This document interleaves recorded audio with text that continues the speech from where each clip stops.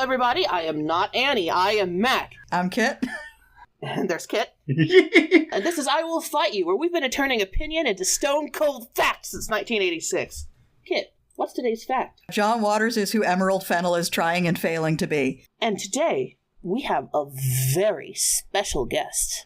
Hi, I'm Tanner. I'm also not Annie. In fact, I think I'm the opposite of Annie. There's a spectrum, and Tanner's at one end of it. Single, just gay, bald. There's a spectrum, and Annie's at one end, and Tanner's at the other. Exactly. Yeah, you may notice that Annie's not here today. That's because she's spending the weekend with her husband or some shit. Yeah, like gross. Who wants to hang out with their spouse that they love? And everyone knows that if you have a spouse, you can't podcast. No. You can't podcast. You can't be romantically with them during a long weekend. Nothing like that. Exactly. You need that time for podcasting. Yes. All right, Kit. I have a question. Yes. Who's Emerald Fennell? Oh, so if you're a certain type of pretentious asshole, i.e. me, Emerald Fennell is your nemesis. She is a British filmmaker. She did a film called Promising Young Woman, which was actually kind of good, but shit the bed at the end. Oh, I like that one until the end, as noted. Yeah, it shits the bed pretty quick. And then she proceeded to do a movie called Saltburn, which seems like it's going to be like a very interesting sort of American Psycho take on upper-class British culture. But unfortunately, Emerald Fennell is also upper-class British, and therefore the entire story is basically, what if a poor person was a pervert who ruined your life? And then she did the new Wuthering Heights movie, which she put scare quotes around the name Wuthering Heights in the name because it's not really an adaptation of Wuthering Heights. It is 14-year-old Emerald Fennell's jerk-off fantasy made into a movie with Margot Robbie as Kathy for some reason. I haven't seen the new Wuthering Heights yet, but I have seen Saltburn and Promising Young Woman. So now I can at least put, not a face to the name, but I know the touch, as it will. She wants to be a pervert so bad, but she doesn't have the juice. Yeah. I have had the fortune and or misfortune of not seeing any of Emerald Fennell's works, but I've seen a lot of discourse around them, so it's kind of like a negative image of Emerald Fennell. You've seen the negative space around the presence of Emerald Fennell in the popular culture. Exactly. Yeah, Saltburn looks like it was designed for Tumblr gift sets. It is a bit, yeah. Especially the bit where he fucks the grave. And also, your comment on how the Wuthering Heights is just her fanfiction given form. I'm pretty sure that's like literally what she said in an interview. Yeah, she's not shy about it. And listen, as we can see from the fact that I love John Waters and Serial Mom so much, I'm not in disfavor of just making a weird, gross movie out of your fanfic idea. I just want you to do it well and in an interesting way. But anyway, John Waters. John Waters. John Waters. John Waters. I did not do Annie's normal stuff. That's okay, I did some notes. Excellent. Kit, I leave it in your hands. Okay. Okay, so John Waters is this cult filmmaker from Baltimore who's been kind of making stuff since the 60s. He gained a cult following in the 70s as the king of bad taste, doing movies like Pink Flamingos and Female Trouble. NC-17 movies that are like very queer, very transgressive, usually starring a drag queen friend of his named Divine, who was later the inspiration for the character of Ursula in the Little Mermaid movie. And John Waters, if I were to show you a picture of this guy, you would know who I'm talking about because he's the only guy who looks like that. Yeah, he's got a little pencil mustache. Yep. He's balding, he's very skinny, he's got the suit, and he's got the little pencil mustache. You may have seen him in such random-ass places as Seed of Chucky or the first Jackass movie. He just kind of shows up places.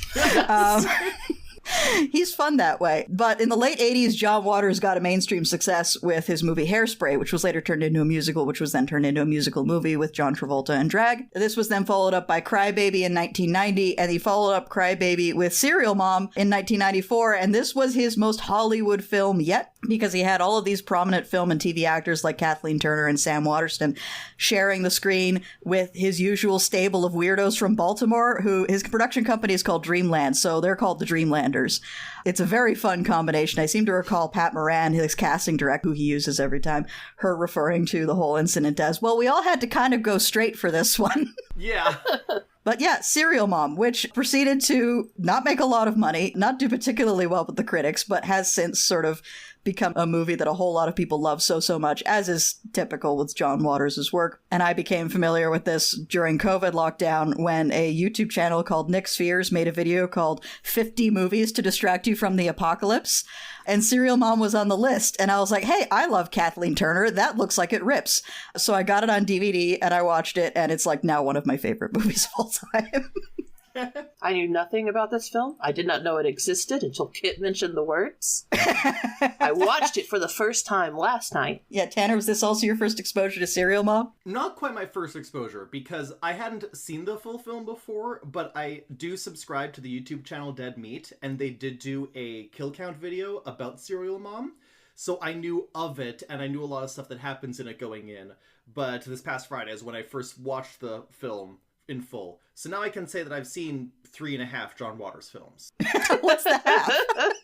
I would say that the half is the Hairspray remake, because he didn't make it. He's in it, he's the Flasher who lives next door, but like, it's the adaptation of the adaptation, so there's a little bit. Maybe let's round down, let's say 3.25 John Waters films. 3.25 John Waters films, okay. I have seen the actual original Hairspray, and I've also seen Cecil B. Demented. Oh, that's a good one. It is a good one. Cecil B. Demented is also really good. I feel like Cecil B. Demented could also be another I Will Fight You episode one day. Yeah, well, I feel like that episode is just me shouting, make good movies or die over and over again.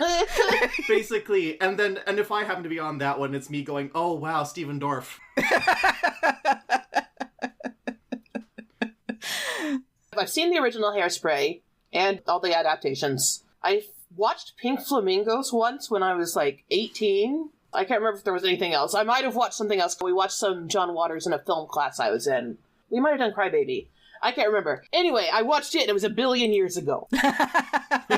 So you have vague, faint memories of John Waters movies, but... Yes, I have vague, faint memories. I would probably remember more if I was watching it actively right now, but if you asked me to remember anything about either of them right now, I would not. So yeah, John Waters has this title as like the Pope of Trash and the King of Bad Taste, both titles that he gleefully embraces. So of course, like, you know, he's one of my favorite filmmakers. Also, if you couldn't tell from everything else we've talked about up till now, a bit gay. Extremely gay. In fact, yeah. Actively gay. I feel like this is maybe one of his straightest movies as well. It is one of his straightest films. Although there is a queer theory reading that I will get into. That makes sense. I mean, this is one, like, it's gay, not in the sense that there's actual queerness on it, but it's like, the people watching are like, yes, get it, girl. It's camp, is what it is.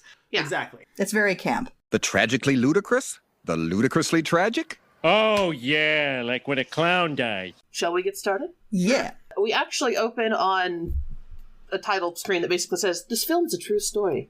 The screenplay is based on court testimony, sworn declarations, and hundreds of interviews conducted by the filmmakers. Some of the innocent characters' names have been changed in the interest of a larger truth." I guess I should preemptively warn everybody that one of my hyperfixations in life has always been true crime.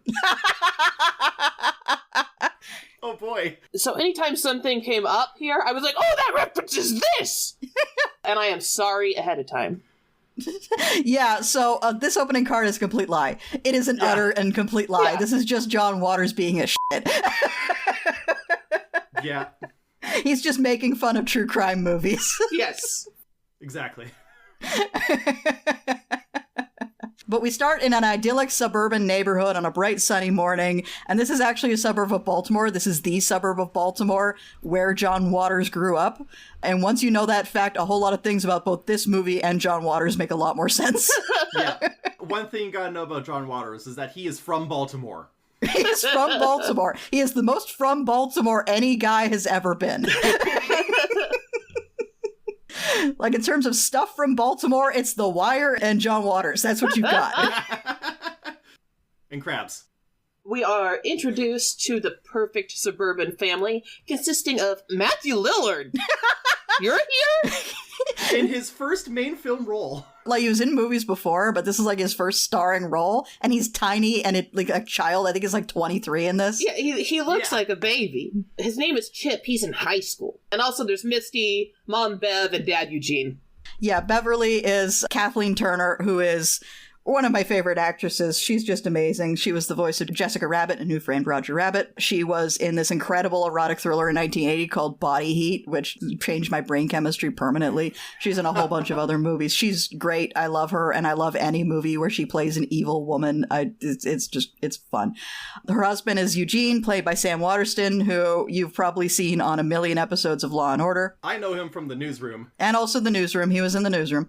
And then the daughter is Misty, who's played by Ricki Lake, who was a TV actress in like the 80s and 90s and then proceeded to end up hosting a talk show for like a really long time. You know the lyric from Pretty Fly for a White Guy? So if you don't break, just overcompensate. At least you know you can always go on Ricki Lake. Yeah.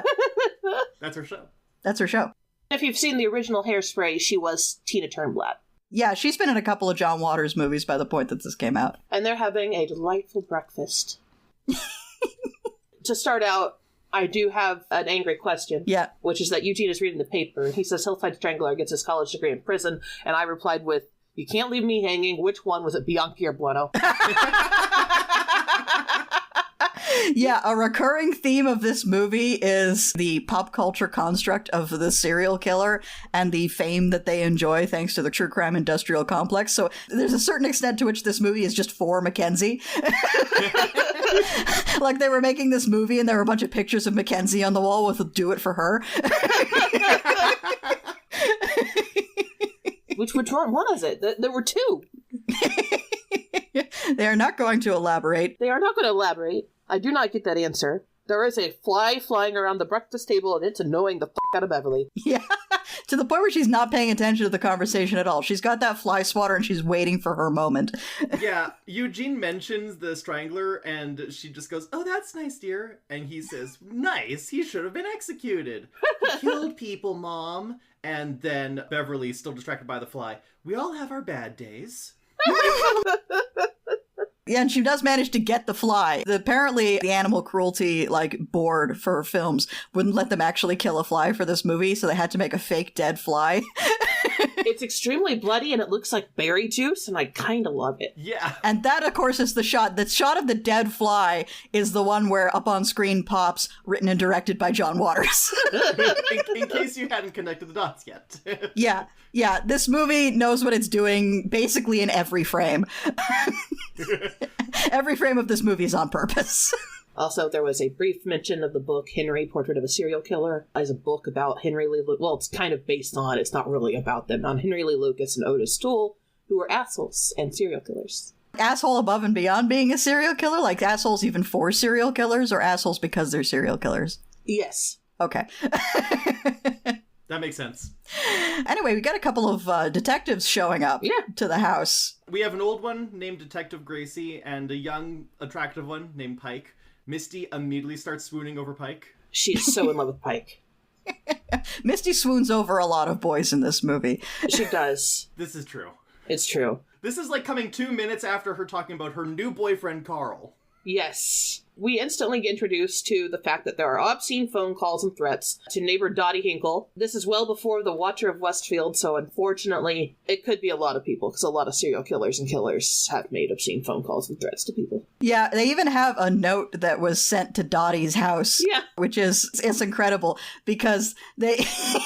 And keep in mind, this movie is shot like a sitcom, like It a is. high-budget Oh, yeah. sitcom, but it's shot like a sitcom. This filmmaking style will not change throughout the entire movie, so everything's very brightly lit, it's all hyper-saturated, everyone's very made up, it's very artificial. One of the best definitions I ever heard of camp was do it as if you're doing it. So, wear that dress as if you're wearing a dress, walk down that runway as if you're walking down a runway. This movie is live in the suburbs like you're living in the suburbs. So it's all camp. It's all a performance. It's all hilariously artificial. So when these detectives show up and they're like, "Oh, we have to warn you that the language on this note is very obscene and disturbing," and then they open it and it's just this bright cartoonish, ransom note slapped together from magazine letters note that just says, "I'll get you, pussy face." Face, I'll get your pussy face.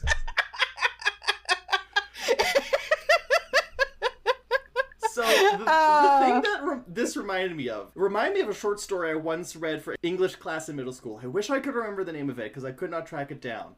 It has a very similar premise to like the first 10 minutes of Serial Mom, in which it is a nice little old lady who's going around town talking to everyone, complimenting them, and then she gets home, and then with her offhand, she just writes these horribly mean letters in all caps and then mails them without like a return address to secretly tell people like, oh, don't you know a stupid baby when you see one? I can't believe your garden is that ugly. All this kind of stuff. And I bring that up because one of the like assignments after he had read his collection of short stories is to like do a class presentation regarding your reading of the story. And so one girl, her presentation was in the style of the woman from this story. She comes in dressed as an old biddy with like a little basket as she's handing out these little greeting cards to everyone while doing a whole monologue in character as this lady. And then afterwards, everyone is sharing the horrible messages they got on their cards. And one girl had one that just like, it was like a full-on Hallmark greeting card, and inside was just scribbled in Sharpie, I know you're pregnant.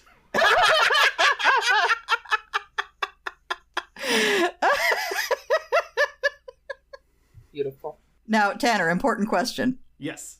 Was that person in fact pregnant? No, she was not. Actually, now that I think about it, I'm pretty sure that card, because she was just handing them out randomly, I'm pretty sure that card was handed to a guy. Excellent. And he was not pregnant either. He was not pregnant either. We see the note that says, I'll get you pussy face, and we get a nice little, like, dramatic musical sting over it.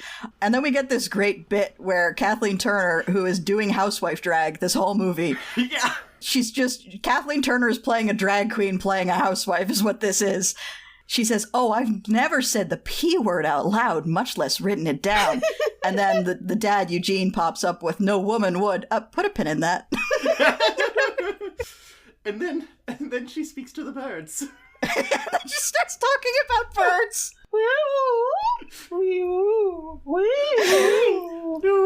Oh, officers, the world doesn't have to be ugly.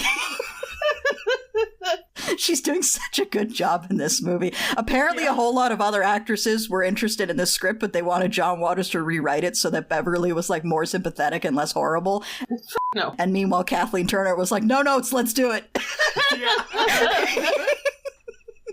She starts commenting about the beloved birds on the feeder outside of her window, and it starts imitating bird calls, and the detectives, who are two Baltimore detectives, just start exchanging glances about her, and are like, okay, we're done here. Okay, we're done. We gotta go, bye. And they go out to their car, and they promptly go, woo.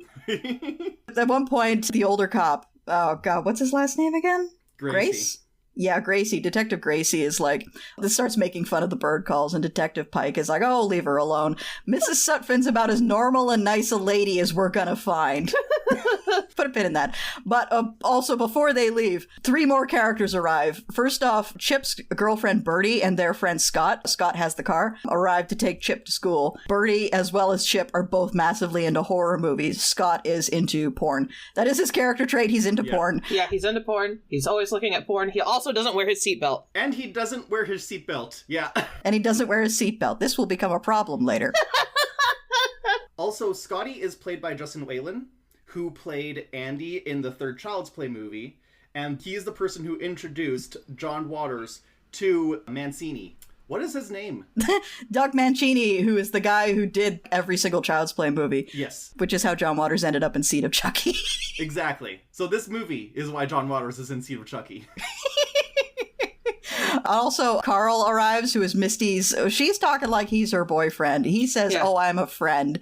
More like a friend, really. You can already tell this is going to be... And we learn that Misty sells stuff at swap meets. This will also become relevant later.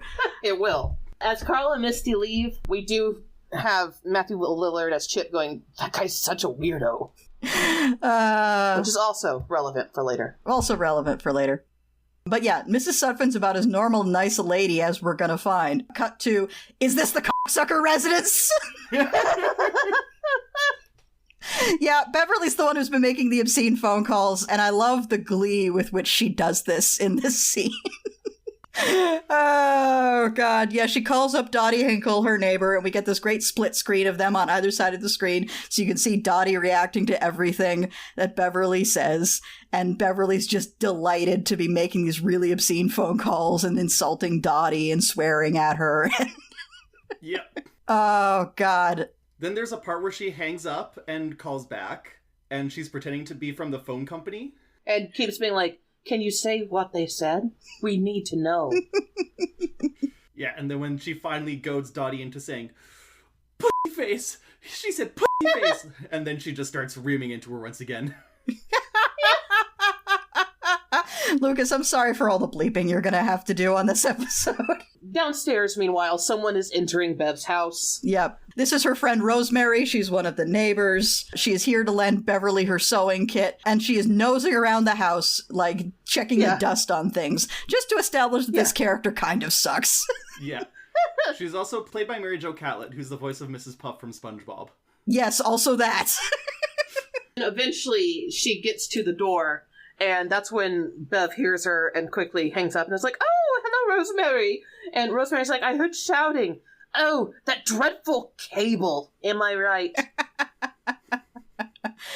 Oh, God. Yeah, so Rosemary lends Beverly her sewing kit, notable for having a gigantic pair of really sharp sewing scissors. Put a pin in that. Yeah, I've got them in all my notes Put a as pin in Chekhov that. scissors. And they talk about the fact that Dottie's been getting harassed. And Beverly's like, oh, who on earth would her want to harass poor Dottie Hinkle? Cut to. So it turns out that Dottie stole Beverly's parking spot at Joann's Fabrics. The fact that it's Joann's Fabrics is especially funny to me. Yeah. She stole her parking spot, and this is what the result of that happening. Yeah, this is the cause and effect. Dottie stole Beverly's parking spot at Joann's Fabrics. Beverly has started making obscene phone calls to Dottie's house and sending her notes that say that I'll get you, pussy face. So already her response to things is demonstrated to be, let's say, disproportionate. So now Beverly's off to the PTA meeting with Chip's teacher at school. And we introduce this teacher in a way that's also subtly demonstrating that he's kind of a piece of shit. Because he's talking to one of the parents, and it's a black mother, and they're talking about her son. The mother is pointing out, my son studies very hard. He's working really hard. He's really trying. And the teacher just looks this black mother in the face and says about her presumably black son in Baltimore that some kids just aren't college material. Yeah. An asshole. Fuck this guy. Yep. And again, the movie isn't really hitting you over the head with this, but, like, it's aware of what it's doing with this scene. He calls in, of course, Mrs. Sutphin for Beverly to come in and talk to him. Yeah, Beverly made him fruitcake. We do get a quick scene before she goes in where she sits with some other parents there, where she calls the mother by the wrong name, and then she rolls her eyes at the father because the father is, I guess, has a toothache and is just complaining about how her husband hasn't gotten around to making an appointment for him, essentially. Yeah, these are the Sterners. This is not the last you will see of them. Put a pin in them. Put a pin in them. Beverly goes in to talk to the teacher. She made him fruitcake. The teacher talks about how Chip is, otherwise a perfect student, ideal in every possible way, except for his obsession with sick horror films. His unhealthy obsession with sick horror films. Did Chip torture animals when he was young? You're doing something wrong, Ms. Sutphin. I recommend therapy for him. Is there divorce or alcoholism in the family? And Beverly points out, we are a very loving and supportive family, and, like, she's very vehement about this, and, like, you believe her. You've seen how these people fucking live. Yeah, you will see it throughout the whole film, which I love. Yeah.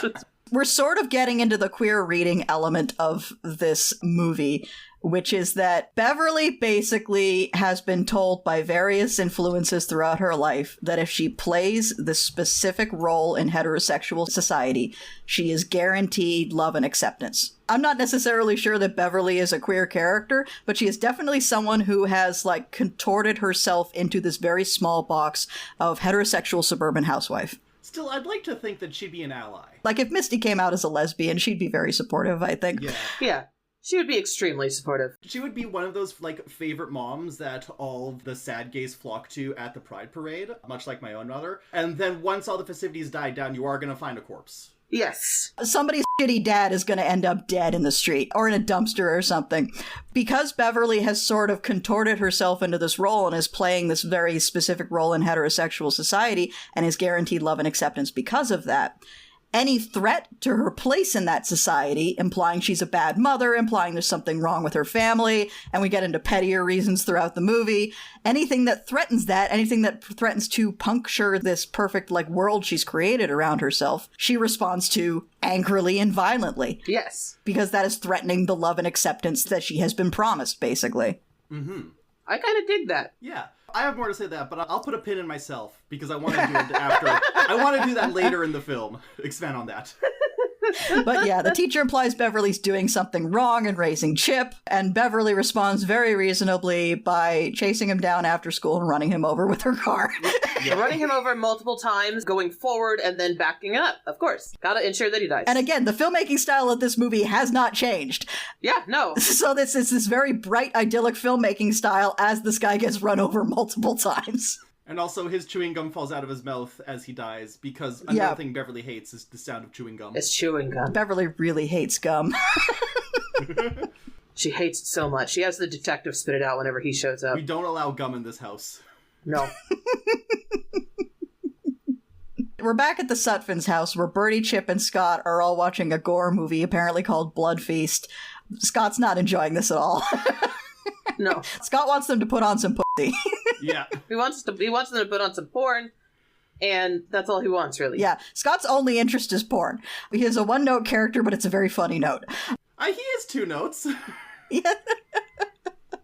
Scott goes off to vomit because he's really grossed out by, the sheep's tongue that is getting thrown around in this movie. And one straight into Bev, who's bringing cookies to everybody. Beverly feels great. I don't know what it is about today, but I feel great. Scott scurries off to vomit. Beverly comes over, gives Bertie a cookie, and says, "Hey, run along, kid," because apparently Chip has to study. And then after Bertie and Scott have left, it turns out that Beverly is also massively into these gore movies that Chip likes. Yeah, so she's like, go back and rewatch the part where the heart's pulled out. And Chip's like, okay, Mom. And the way she plays this is like, it's the exact same tone as Mom finds it really fun when your little friends come over to play video games. Like, Yeah. She is also, like, even if she would never say the P word out loud, she clearly has no qualms with, like, the burgeoning teen sexuality because she does hand Scotty his nudie mag without a second glance. yeah, she's just, I believe this is yours. She doesn't mind that at all. She thinks that a healthy sex life is fine. It's very funny that Scotty is the slasher movie character who gets killed and is too obsessed with sex, but also at the same time, he doesn't. That's not what he gets killed for. Yeah. Spoiler, spoiler, don't get attached to Scotty. He's like one of the last to die. You can get attached to him a little bit. So, we head over to dinner. The perfect meatloaf. Misty has made a comment that Carl wants her to lose 10 pounds and he'll take her to the spring fling or something. Which upsets everybody in the family. Yeah. Which is awesome, actually. Everyone thinks Carl's a piece of shit. Yeah. Yeah. Beverly does have the exact perfect response, which is, that's great if you want to lose weight, but you should do it for yourself, not some guy you hardly know. Yeah. Which is especially nice considering, like, Ricky Lake's historical issues with eating disorders and things like that. Yeah. So there's a piece of this that feels like John Waters being nice to Ricky Lake. Oh, yeah. Yeah. Ricky Lake, spoilers, but Misty actually comes out of this movie pretty good, pretty solid. She comes out of this okay. That's the thing about the family. The family's gonna be fine, folks. Don't worry about it. The family will be fine. You can always trust the family will be fine. Beverly protects her family. Yes. Yeah. Okay, actually, yeah, I'll unpin myself now, because that's the thing. With the note of Beverly kind of snaps whenever something is a threat to this allegedly guaranteed place in society by fulfilling the suburban role, I would say, expanding on that, she will also snap if anyone threatens her family's place in society, because she's the perfect mother. And so anyone suggesting that her family is not perfect, regardless of whether her family is trying to fit into suburbia or not, she is also going to defend their honor. Yes, absolutely. She's the perfect mother. She raised them. How dare anyone imply that her raising of this family was imperfect? And I will put a pin in the fact that her family loves and supports her, too. Mm-hmm. Even if she is a murderer. So they don't know that yet. They don't know that yet. Put a It's pin in gonna be that. a minute. Misty does, like, say that they're just threatened by her being happy. And they're all like, no, we all want you to be happy. Like, we're not threatened by you being happy. We want you to be We happy. want you to be happy. But not at the cost of having to do something for this bozo. Yeah. Yeah. Chip says that Carl's a piece of shit. And then Beverly snaps, Chip, you know how I feel about the brown word. Yeah, Beverly does not swear, doesn't like chewing gum, basically doesn't like anything improper, and did run a guy over with her car. Which is actually what interrupts this kind of family dinner. Because they find out that one of the neighbors, Rosemary, runs over and is like, the news! Have you heard the news? One of the teachers is dead. And Chip goes, which one? She goes, Mr. Stubby? Shibby? And Chip goes, Stubbins? That was my math teacher. Yeah, so they turn on the news, and turns out that the designated stoner kid at the school, because there's always one, saw the teacher get run over by the car, even if she didn't see who was in the car. And then everyone's talking over about what a horrible thing this is. And then, everyone talks about, well, Chip, you hated this teacher. And Chip's like, yeah, he was an asshole, but he didn't deserve to die. And we get just this great reaction shot of Kathleen Turner. You're like, huh? I don't get it. Are you sure? Are you sure about that, sweetie? I think he did. Maybe. Oh, God. So it's bedtime with Beverly and Eugene, and Beverly is, I swear to God, literally praying at the bedside. I didn't think anyone did this, even in the 90s, but here we are. I did that once. She's also horny as hell right now because of the murder. Yeah, she is so horny. She has like a book of birds that apparently they're going to the shore tomorrow to go bird watch. She's got her book of birds, but you look at the inside of the book of birds and it's Charles Manson. And she's swapped in like photos of serial killers, including Charles Manson. You know how you read the nudie mag inside of your math textbook? Well, Beverly's doing that with serial killers. Yeah. And yeah, murder makes Beverly really horny, it turns out. Mm-hmm. So she and her husband proceed to have the loudest, silliest sex scene I've ever seen. Yeah. They quickly say, oh, we'll be quiet. Eugene is like, how can you be in the mood after the tragedy of today? And Beverly's like, we have to focus. We have to concentrate on life and the joys we have together. And we'll be quiet so the kids don't hear. And then she immediately starts making the loudest moans you have Loudest ever moans, heard. yeah. And Misty and Chip do hear, and you do see them come out into the hallway to make faces at their parents' bedroom door. And they share that look with each other that's like, ugh, gross. This sex is acrobatic. Eugene is being launched into the air. Yes. Eugene's going to space.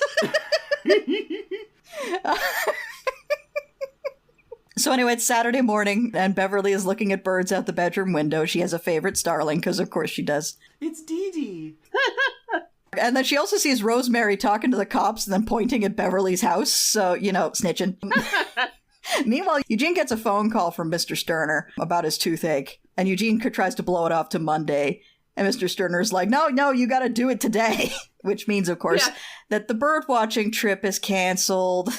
Which is sad. Yeah. Betty does pick up the other line and says, Eugene, Ralph needs to be seen today. By Monday, he could be dead. Put a pin in that. Put a pin in that. Beverly goes off and says, it's fine, honey, and goes off to do breakfast. Arriving downstairs where Misty is extremely upset because Carl stood her up. Carl's a jerk. Carl sucks. Carl sucks. Carl's a piece of shit. Misty says she'll kill that bastard. And Beverly says, don't use words unless you mean them, Misty. Meanwhile, the cops are going through Beverly's garbage. Put a pin in that. But the cops come in and they start to ask Beverly about the fact that she owns apparently the only blue station wagon in this entire neighborhood. And this entire neighborhood. You start watching this movie thinking, oh, she's a criminal mastermind. She'll cover up her killings. No, she doesn't. No. She really doesn't. She doesn't fucking do anything. She just... Mac, you probably know this because I'm a former true crime person. We're both sitting here watching, oh, she's not a criminal mastermind. It's just that the cops are incompetent. Yeah. Yeah, basically, yes. And it's true for most crimes out there. Yeah, Hannibal Lecter, she is not. No. Eugene shows up and just basically blows off the cops. The cops wander off. And then you get Beverly singing along to the radio and sorting her recycling with more enthusiasm than anyone has ever sorted their recycling. Yeah. Yeah. And she keeps glancing out her window where there's Mrs. Ackerman, who is not sorting her trash. Who's not recycling. Yeah. Put a pin in that. Yeah, before the detectives left, they find a copy of a magazine that has the P cut out and like, oh, this matches from the letter. And Beverly points out, yes, but this is Mrs. Ackerman's. You can tell from the subscription. And I recycle all of my paper. Yeah, Rosemary doesn't recycle.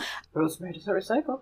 And it turns out that Beverly is BFFs with the garbage men, whose names are Gus and Sloppy. I'm not sure which is which. I'm not sure it matters. I'm not sure it matters. They commiserate about how Rosemary doesn't recycle, and Gus and Sloppy are like, oh, someone should kill her. Give her the old smiley face, while drawing his finger across his throat. And Beverly very earnestly says, for the sake of this planet, someone just might. And, like, she was about to go after Rosemary with Chekhov's scissors before she saw the garbage men and decided to put the scissors away and grab some small balls of liquor instead. Yeah, because that's why the garbage men like her, is because she brings them booze. Yeah, she recycles and she gets them liquored up. Yep. What's not to like? Honestly, green flag. Yeah. Queen behavior. Bev starts peeking into houses, specifically because she's trying to figure out, I think, when Rosemary's alone. Yeah, she's poking her head in Rosemary's window. Rosemary is having lunch with Dottie, and they're watching TV, which is they're watching Serial Hag, where they talk to Hebristophiles, which is women who love killers. Well, actually, anybody who loves killers. Yeah, this is Joan Rivers. It's Joan Rivers. This is Joan Rivers' show. Serial Hag. But your boyfriend was convicted of killing 12 people. Yes, but we get conjugal visits. I was trying to figure out who this could be referring to, realizing it is a fictional show. Based on timing and location, I was wondering if it would be related to the Wilkes Barre shooting, but he killed more than 12. And also, I never got conjugal visits, which made me think they maybe were referring back to the Hillside Strangers, because Bianchi and Bueno were both known for having conjugal visits, and in fact is why they kind of got extra caught. Long story involving a used condom. Anyway, Hebristophiles, man. They're a little bit weird. Very weird. Serial hags, women who love men who mutilate. We'll be back after these messages. And then Dottie happens to glance out the window and sees Beverly, and both Dottie and Rosemary get jump scared by her. Jump scared by Kathleen Turner in housewife drag. Yeah. Beverly then just waves happily through the window and comes on in to visit. Rosemary gets up to fix Beverly a drink, and Beverly is looking around, and she sees some foliage that Rosemary has arranged. And Beverly goes, Rosemary, are those... And then she looks directly at Dottie. Pussy willows. Pussy willows? It's so good. And then Dottie's like, what did you say? And then she gets this like really intent, dark look on her face. She has a Kubrick stare. She has a Kubrick stare as she looks at Dottie and says, Pussy willows, Dottie.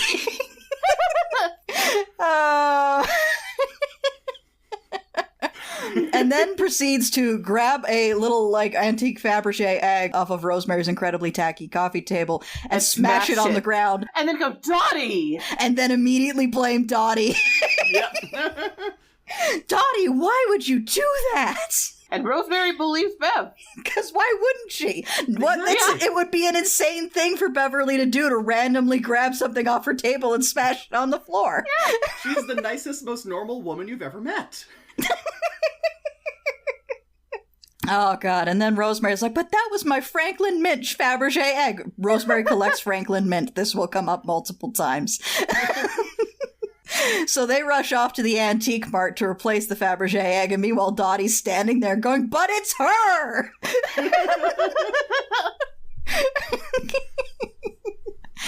Oh, God. But it wasn't me! And then meanwhile, Mr. Sterner's getting his teeth drilled out. Yeah, and this whole time I was just hearing Little Shop of Horrors. I am your dentist!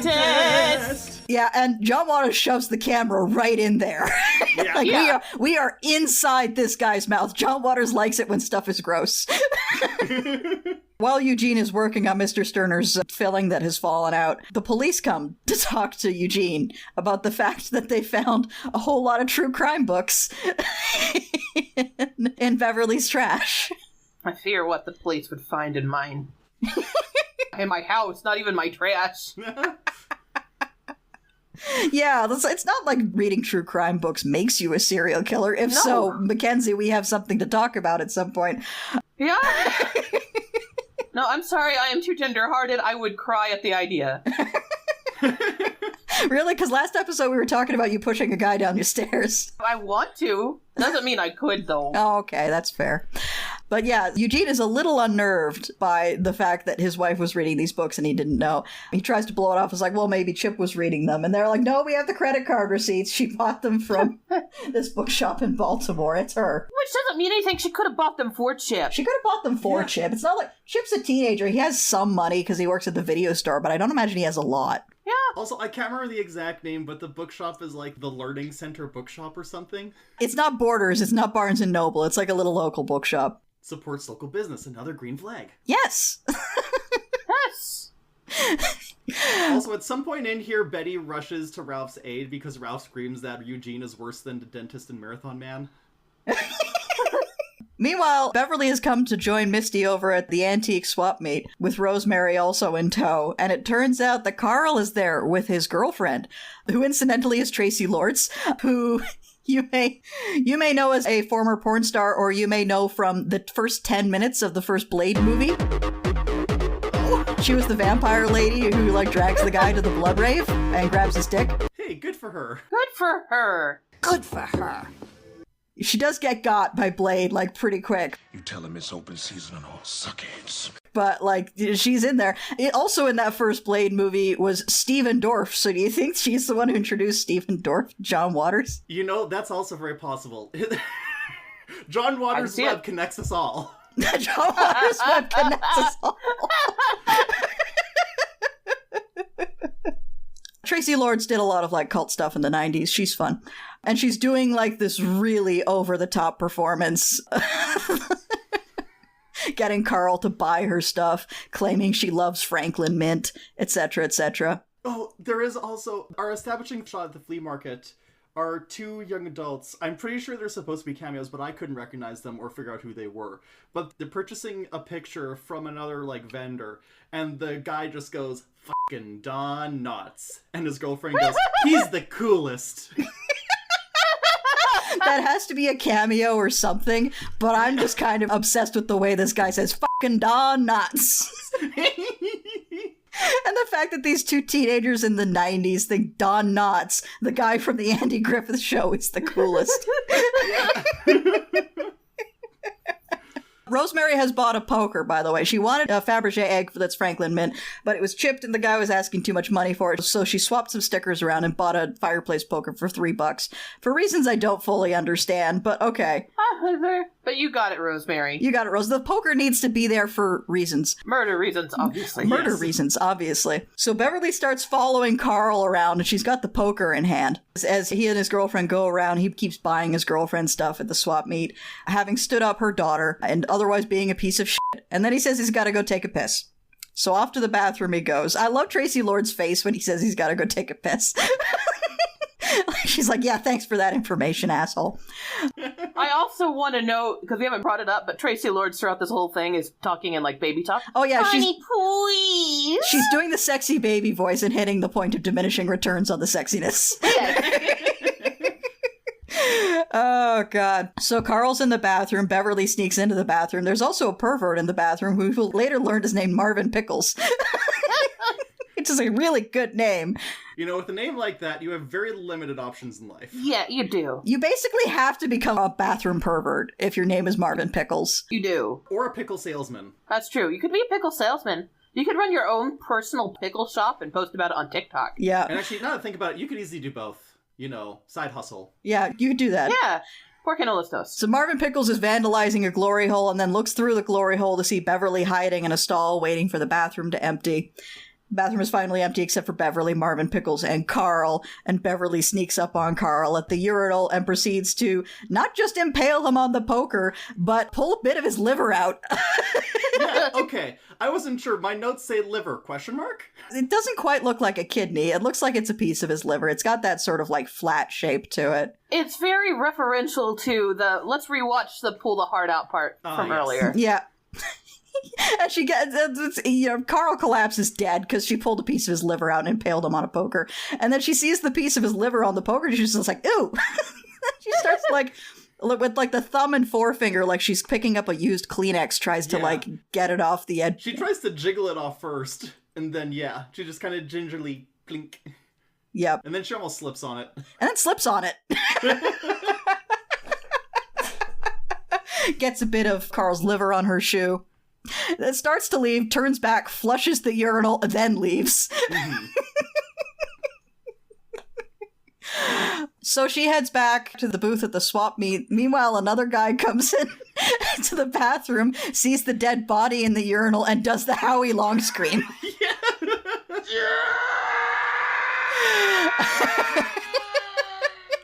Just this really loud stock scream. It's amazing.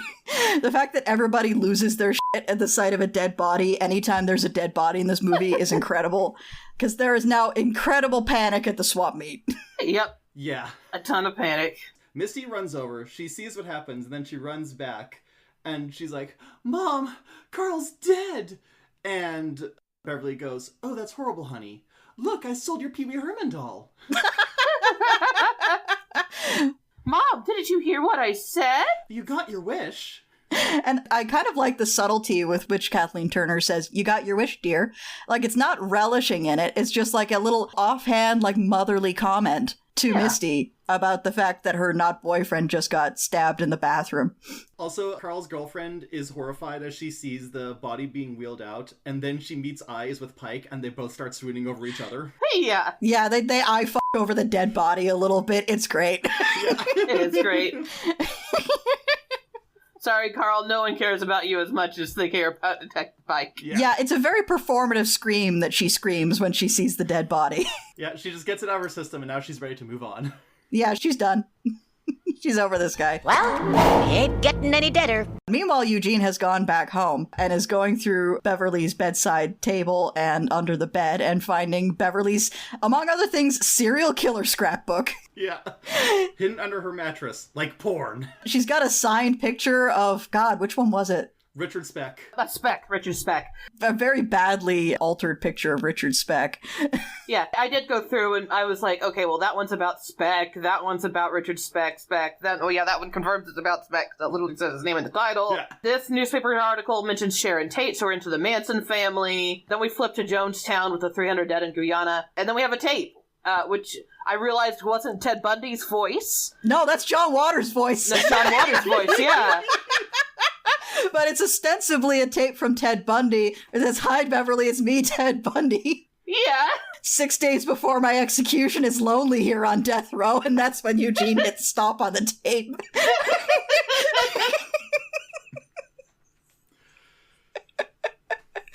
Oh, God, it's really good. It's at this point where Eugene's character reaches a level of flustered at everything going on that I would like to note that Eugene Levy was almost cast as Eugene. And as much as I love Sam Waterston, Eugene Levy also would have eaten this role. Yeah. Oh, yeah, this would have worked. This would have worked. This would have done quite well with Eugene Levy. Meanwhile, Chip and Bertie and Scott are watching horror movies at the video store, along with a couple of their other friends, and Misty runs in and says, Chip, our mother is Charles Manson! No, she's sexting Charles Manson. She's just got dirty pictures from Charles Manson. Yeah. And everyone's kind of goofing around on the idea that they like the idea that, hey, we should make a gore movie about Mom. Do you think she could kill my uncle? He's really annoying. Like, they're having a bit of fun with it. Yeah, and like Chip even like almost kind of seriously is like, maybe she'll kill Mrs. Ackerman. We all hate her. This is a recurring theme in this movie, is people joking about like, oh yeah, that person should be killed. That person, get rid of that person. Wouldn't it be funny if that person died? And then being utterly horrified when it actually happens. Yeah. So yeah, time for family dinner. Time for family dinner. Eugene, everybody's just kind of staring over at Bev. Eugene suggests, maybe we should say grace? As if, like a vampire or something, she'll be recoiled in case if she did murder somebody. Yeah, it's like, it's a table of 4 people, 3 out of whom think the 4th is a murderer. It's great.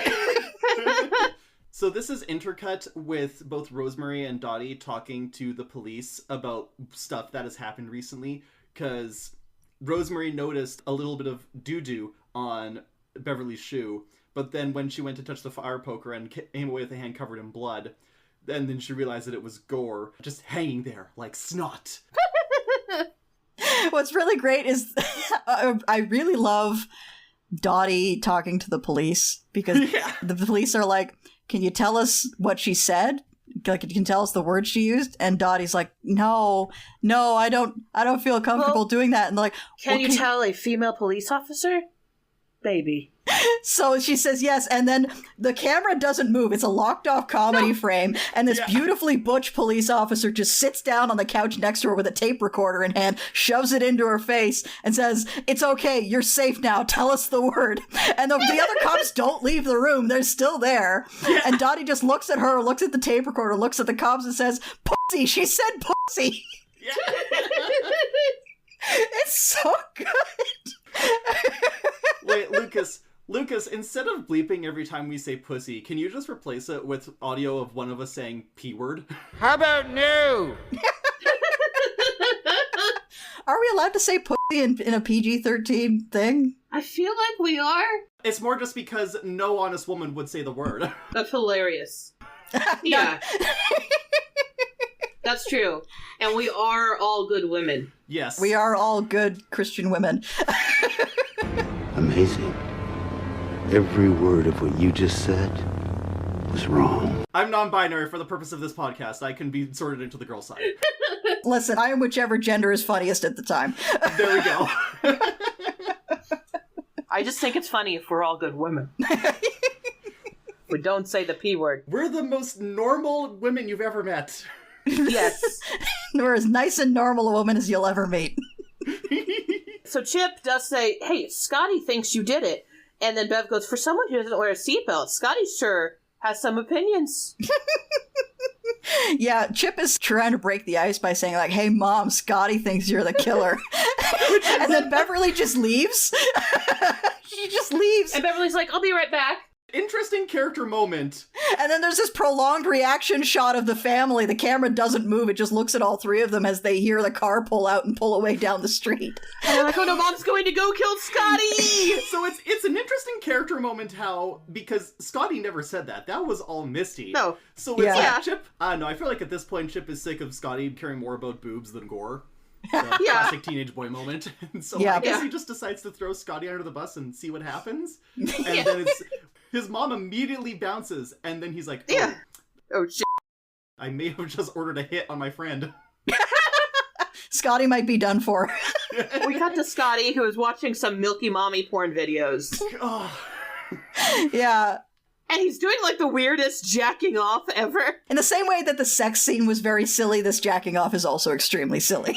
He is jacking off fully clothed. He doesn't even take his jacket off, and he's under the covers. He's like, well, he's not only under the covers, he's like holding the blanket up, so it's almost all the way to his, like, holding it up in the air. The porn, by the way, this is an actual porn performer named Chesty Morgan. It's a real performer. Kind of a big deal in, like, the 60s and 70s. He loves his boobs, man. He loves his boobs. He's got, like, signs on his wall that are like, if you don't get laid now, you'll die unhappy or something. There's another one that just says sex world, which I have to assume is next to boob world. Beverly is driving through the neighborhood. The cops are chasing her, and then the family is trying to reach Scotty first. However, it becomes readily apparent that Beverly is not actually at Scotty's house. She's at the Sterner's house. There is a part where she loses the cop following her by just launching herself over a divider. It's extremely good. That station wagon, man. Yeah. There's also, it cuts to the rest of the family in their car, and Chip's going, even if Mom's a psycho, Scotty will be okay, won't he? And Eugene goes, we hope so, son. And no matter what your mother is, we'll love her anyway. Yes. But this family is supportive. This family supports their horrible murdering mother. We can file that into the queer reading too, honestly. Yeah. We can. Like, they're talking about it as if they're wondering if Mom is a lesbian. Yeah. We're going to support her and love her anyway, because she is your mother. Meanwhile, Beverly is watching through the window as we get some extremely gross chicken cinematography. Oh, they are chowing down Denethor style. They are chowing down Denethor style on this roast chicken. And she is flashing to images of her beloved birds. Extremely bad table manners from the Sterners, so obviously they gotta die. They gotta die. Because this is all flashing back and forth very repeatedly in a well-edited way. I have a note here between that and the next part with the Sterners, where I just reiterate how Scotty is still fully dressed under the covers, and I have a note here that says, it's been explicitly said, your parents aren't home. Whip that thing out. Like, man, come on. You're jacking off under like 2 or 3 layers at this point. Yes. You're actively creating more of a mess to clean up. Yeah. Put a towel down. So Beverly sneaks into the house, and we get this bit where Mrs. Sterner is going upstairs. The implication is that she and Mr. Sterner are going to have sex at some point before the kids get home. There's another bit before that. Because Beverly sneaks in, and also she has Chekhov's scissors on her. She sneaks in holding the scissors, and she hears the Sterners talking. And Ralph asks if there's any dessert. And Betty says, no, Dr. Sutphin said no sweets for you. And, like, at the note of Betty reminding her husband not to, like, jeopardize his dental issues, Beverly just kind of calms down. She straightens up. She's like, oh, yeah, that's right. My husband, he's a great dentist. Just, like, you can see the internal thoughts. And then Ralph goes, yeah, well, what does he know? And Betty says, how to send a bill. And then Bev's like, okay, yeah, they gotta die. Yep. They're now dead to me. They're gonna die now. By which I mean I will kill them. So Betty goes through her whole bedroom. It's that slasher movie thing where you're sitting there wondering, okay, which part of the room is the killer in? She opens her closet. You see one of the shoe boxes moving. Betty's like, oh, I think we've got mice. And then she pushes aside. It does cut down to Ralph, whose dessert is an entire Black Forest cake. Oh, God. And he's like, but we paid the exterminator. And we cut back up. Betty moves her like dresses and stuff aside in the closet, and it's Beverly Sutphin with the Joker grin and the scissors. So she gets Mrs. Sterner in the gut with the scissors, and then a mouse comes out of the closet and starts like biting Mrs. Sterner's ankle, I guess. Yeah. I'm not sure why that bit's there, but it sure is. I mean, the rest of this movie is very purposeful. I think it has something to do with the implication that either Ralph lied to his wife about hiring an exterminator, or maybe the exterminator just wasn't very good. It's definitely implying something about suburbia. I'm not sure what, but it's there. It's there. It's making some kind of statement about suburbia. So she screams, stumbles back. She's dead. Of course, Mr. Sterner runs upstairs. Ralph runs upstairs, sees that his wife has been stabbed by Beverly, freaks out. Beverly tries to like throw the scissors at him, and actually her aim actually seems pretty good because they land point first in the wall as Mr. Sterner runs away. And then she does it again. And he dodges again. Meanwhile, the family has arrived at Scotty's house. They burst into his room, traumatizing him horribly, and it only gets worse when then the detectives also burst into his room with their guns out. Yeah. Scotty will never get a boner again in his life. No, he never will. I do have a note here because it's like, you know, not to get personal, but when I first started learning about jacking off, one of the greatest fears is someone bursting in on you, even when you know for sure that no one's going to burst in on you. So you know what, actually, maybe he was right to do everything fully clothed and under the covers. Yeah, that's the behavior of a kid who maybe somebody has walked in on him before. Yeah. Anyway, Beverly is chasing Mr. Sterner through his house, throwing scissors at him several times. He manages to get outside, so instead she goes up to the window and drops the air conditioner on him. Because like an idiot, he stops outside and calls for help. Yeah, which this is going to date this episode of when we recorded it, but most recently, Jake Johnson released a stand-up bit where he was talking about how an Easter Bunny was coming to his family's house and then got an air conditioner dropped on him. That's all I could think of. I'm just thinking about how if you can dodge scissors, you can dodge a ball, but I guess you can't dodge an air conditioner. If you can dodge scissors, you can dodge a ball. Not an air conditioner, though. No, it's bigger. Oh! No, too big. Can't dodge it. Yep.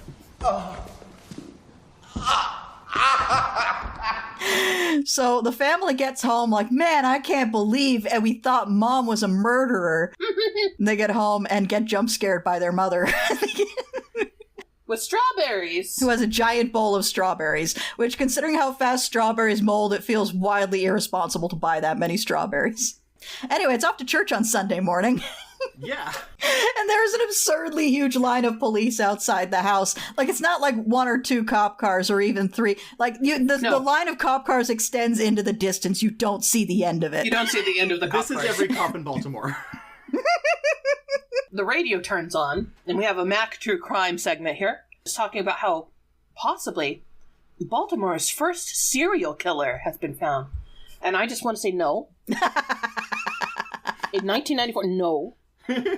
Allowing only for people who showed up before 1994 and operated at least 75% in Baltimore, so not including people who just killed once or twice and then moved on. There's Patty Cannon, who was a horrible bitch in the early 18th century, who back when Baltimore was technically Baltimore town, and she kidnapped slaves who were trying to escape and then tortured and killed them.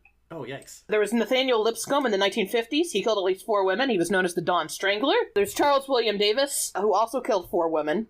He loved to call the cops and harass them and the media and leave lewd messages for them. Called them face. Vernon Lee Clark. He assaulted and murdered at least 4. It's believed up to 10 women. And then we're not even talking about Leakin Park, which is in Baltimore. I know they've cleaned up it recently, but that was a recent thing. Before then, they would find at least 5 bodies in there a year, some of which seem linked, but they're not sure by who. Anyway, this is not Baltimore's first serial killer. Okay, so nowhere near Baltimore's first serial killer. No, and not even the first female serial killer. It's Baltimore's first woke serial killer. There we go. Baltimore's first woke serial killer. I will allow that one. We'll allow it. So they're driving off to church, followed by this huge line of cops. Apparently, the main reason she isn't under arrest yet is that they are waiting for the fingerprints on the scissors to come back as a match to the fingerprints on the true crime novels that Beverly was reading. And if they get that, they can arrest her, which I think shows more principles than I've seen from any Baltimore cop ever, but okay. Because she's a nice, normal white woman in the suburbs. This is fair. So they have to be extra careful. They have to be super careful not to end up on the news in a bad way. Meanwhile, they're listening on the radio as Beverly gets named as a suspect by the radio, which is far more in line with what I know about Baltimore cops. They're just yeah, it's probably this lady Beverly Sutphin, and this is her exact address. And Beverly tries to play it off. At one point, Chip asks if she's a serial killer, and she says, Chip, the only cereal I know about is Rice Krispies. Misty's main takeaway is, God, now I'll never get a boyfriend. That's so good. Put a pin in that. And Eugene's is this menopause? I love that Eugene's hey, did menopause make you a murderer? Is that what happens during menopause? I'm not a gynecologist. I just flashed back to a commercial from when I must have been really young because it was the first time I had heard of menopause and I had to ask my parents what menopause was. But it was a commercial and it just starts with a guy at a supermarket loading his cart up with milk, and then another guy pulls up to him and his cart is also full of milk. And they just exchange a knowing look. And then it's the studies show that milk can help reduce the symptoms of menopause by 30%. Dairyland. Jesus Christ. Yeah, let's frame menopause as the husband's problem. Yeah. That tracks. So let's all give menopause a round of menopause. Menopause? I'm not saying that. Oh, God. So they get to church, and nobody wants to talk to the Sutphins. Everybody's avoiding them and giving them dirty looks, except Gus and Sloppy, who were very happy to see Beverly, giving her the thumbs up. Birdie's parents won't let her talk to Chip. Yeah. Scotty is also horrified, because this is his other character trait. He's horny, but he's also a huge stickler for suburban heteronormativity. Possibly that's why he's so horny. You know what? Yeah. That is a kid terrified of being gay. Yes. Oh, unfortunate. There is a paparazzo who we will later learn his name is Howell, and he's taking pictures of them, and he's like, hey, Miss Sutphin, is it true that you're the serial mom? Yeah, he said the thing. He said That's the name of the movie. He said the name of the movie. And Misty immediately starts making eyes with this guy as well. Oh yeah, Misty loves making eyes at men.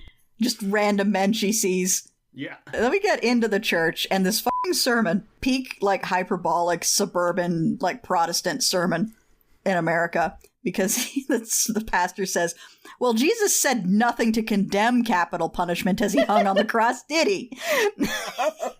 This theme of capital punishment has come up a couple of times in the movie before this point, and it's going to lean on it pretty hard for a bit more of the movie. And I do think that what the film is basically doing here is contrasting the horror of Beverly's actions as a murderer and also the glee with which otherwise respectable, like normal people will advocate for capital punishment, and sort of conflating them with the true crime industrial complex in making a spectacle of death, basically. Yeah. Yeah. This is a movie that basically says, hey, all of these are kind of doing the same thing, making a spectacle of death. That's kind of a fucked up thing to do. But also the pastor standing up there saying Jesus would totally be in favor of capital punishment. That's peak America right there. That is peak America. What are we waiting for, fellow Christians? Let's just do it. Let's just do it. Meanwhile, Beverly sneezes on a baby and everyone loses their fucking shit. Yeah, everybody starts screaming. Okay, to be fair, that's like the one thing I would ding her for. So far. Sneezing on a baby. Yeah, don't sneeze on someone, baby or otherwise. The whole church descends into chaos. Yeah. Chip starts trying to get Beverly out of the church. The detectives try to grab Beverly. There's a bit... There's a bit with the detectives in the car where they get a call from dispatch where they say that the fingerprints have come back as a match. And then the dispatcher says, "Bingo, boys, bust the bitch." Which is just such an amazing line. Absolutely. It's just so good. So they run in, they try to arrest her as the church descends into chaos. Gus and Sloppy stop the detectives by punching them out. Hell yeah. It's so good. Gus and Sloppy are amazing. So Bertie and Chip get Beverly into their car. And drive her to the safety of the video rental store. And they're fangirling over Beverly. Yeah. You're like Freddy and Jason, but in real life, you need an agent. This is gonna be awesome. Yep. Any subtlety this movie had about like the true crime like media frenzy, it just drops at this point in the movie. Yeah. And also at some point Misty faints, but by the time we cut back to her, she has come to and also still flirting with Howell the photographer. Yeah. They're basically joined at the hip. Eugene tries to get Misty into the car. Misty pauses to like pose for photographs from Howell. Yeah. And Eugene's like, "Misty, car!" Misty, get the fucking car. Bertie and Chip take Beverly to the video store and hide her in the back room. As they run in, there is a Death Becomes Her standee spotted. There is a Death Becomes Her standee in that video store. Which is just thematically correct. Yes. Especially because Meryl Streep was one of the actresses in the running to play Beverly. Yes, yeah. Apparently. There was a period in history where you could get Meryl Streep in your weird mid-budget movie about being a zombie, and she'd do it. And people would fund that. To be fair, I think you still could. I think it's just harder to get in contact with her about it. It's harder to get in contact with her about it, and getting the funding would be entirely contingent on does Meryl Streep want to do it. Exactly. As they are hiding Beverly in the back room of the video store, in comes Mrs. Jensen, who we have not seen up to this point, but she is apparently a regular at the video store, and she wants to rent Annie the musical. She is turning in her copy of Ghost Dad. She makes a comment about how she just loves Bill Cosby pictures, which is, you know, in any other movie, that line would have aged horribly. But I feel like it's even more prescient in this one. Yeah, in any other movie, that line is like, oh, right, Bill Cosby was horrible. That kind of ruins it. And then in this one, you're like, all right, Bill Cosby was horrible. That kind of makes this really funny. Yeah. She also refuses to rewind the tape. She does not rewind any of her tapes. She doesn't feel like it. She doesn't feel like it. So she gets charged the $1 rewind fee. And Beverly overhears this conversation and is infuriated with Mrs. Jensen for refusing to rewind her tapes. So now we know what's going to happen. Yeah, Chip makes a comment on, like, because Bertie says, "Miss Jensen, what a bitch." And Chip says, "Yeah, it's the influence of all those family films. Right, Mom?"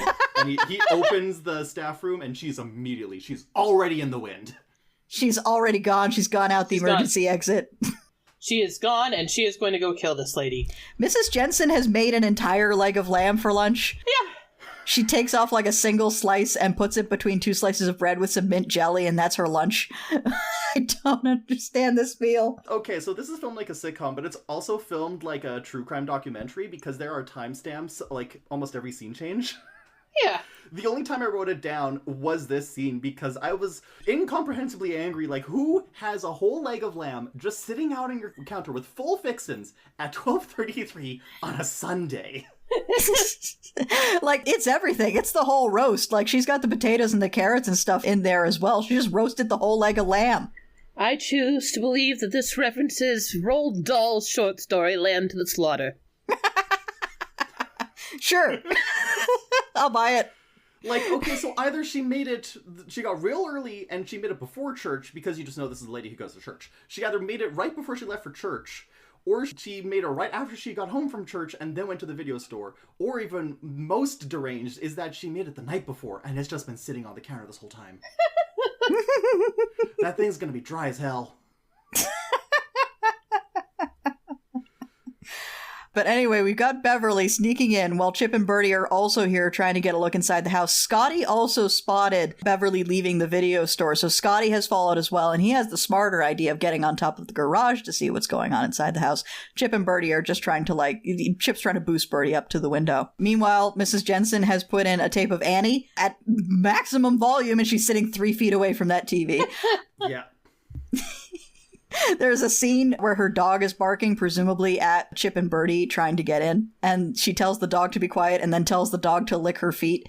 Make them juicy. Get them all wet. Yeah, this is a John Waters classic of just like a close-up of this woman's feet as the dog is licking them. That's just being gross for the sake of being gross, and I kind of love it.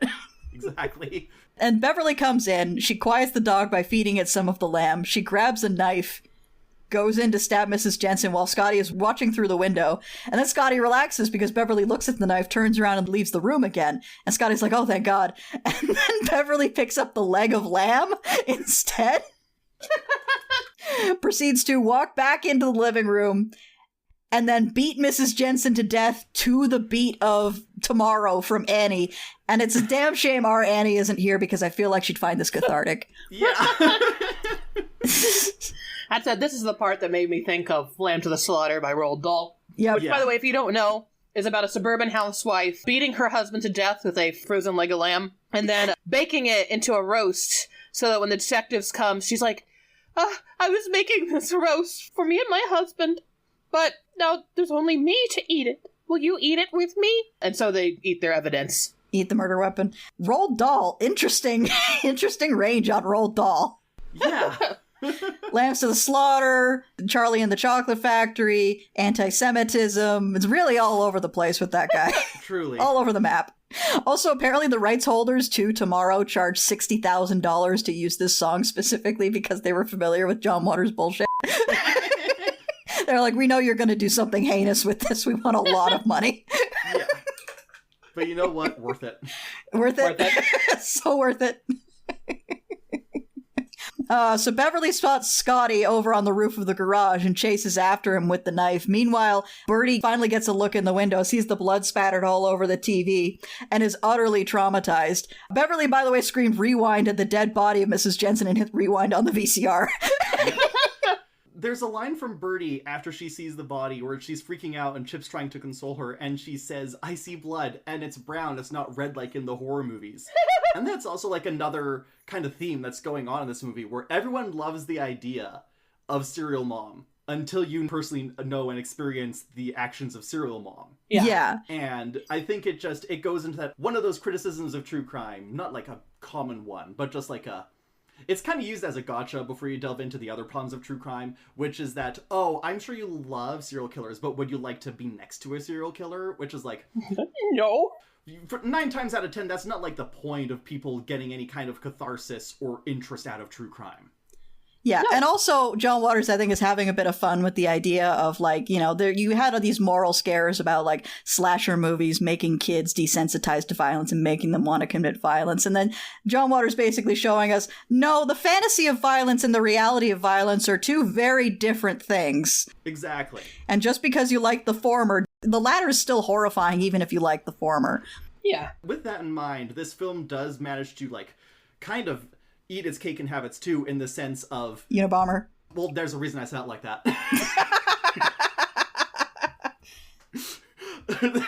It is managing to be both like a critique of violence and also kind of glamorize the violence, because it's saying violence is bad, but you're the audience, you're smart enough to recognize this is a movie, right? So you can laugh at this violence. Yeah. This isn't real violence, this is cartoon violence. Yeah. This is like on the same spectrum as Wile E. Coyote like running off the cliff. Yeah, it's a critique of violence. It is postmodern. That makes sense. It is an Ouroboros of fantasy violence. Exactly. The snake devours its tail. And presumably, we don't see it, but presumably Sylvester devours the lamb. So presumably Sylvester devours the lamb. So Beverly is chasing after Scotty, screaming, "Wear your seatbelt, it's the law," as he drives off. Then Beverly stops a van, steals it, like gets the guy out of the van, sits inside, and then takes the time to put on her seatbelt, and then drives off after Scotty. So Scotty is driving away in a panic. He's saying, "Dear God, I promise I'll never watch another porno again." Poor Scotty.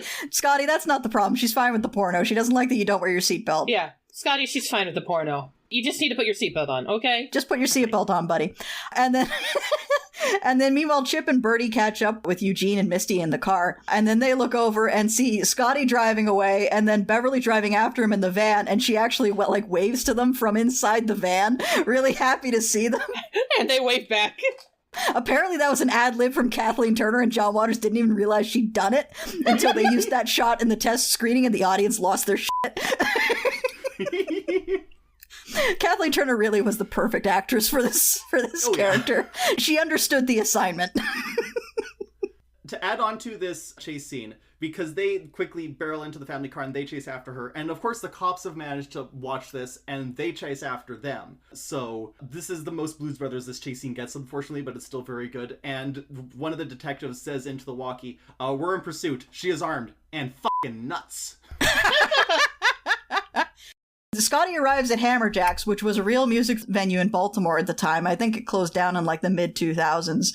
There, a concert is being played by a band called the Camel Lips. And they have them. They're a real band called L7. They have been called like either grunge or riot girl a lot of times, despite the fact that they slightly predate both of those musical movements. But it's L7, and they're wearing gigantic fake foam labia with really tight pants to give them like huge camel toes. It's fun.